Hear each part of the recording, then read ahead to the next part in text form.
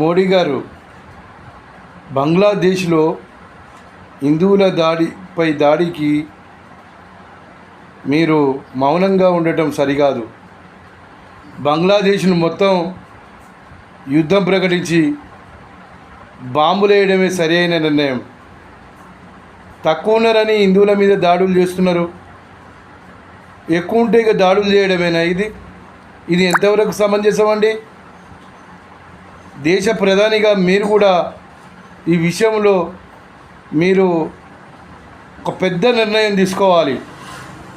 బంగ్లాదేశ్ మీద ఒక 4 బాంబులు వేయండి మోడీ గారు, పీడ విరగడైపోతుంది.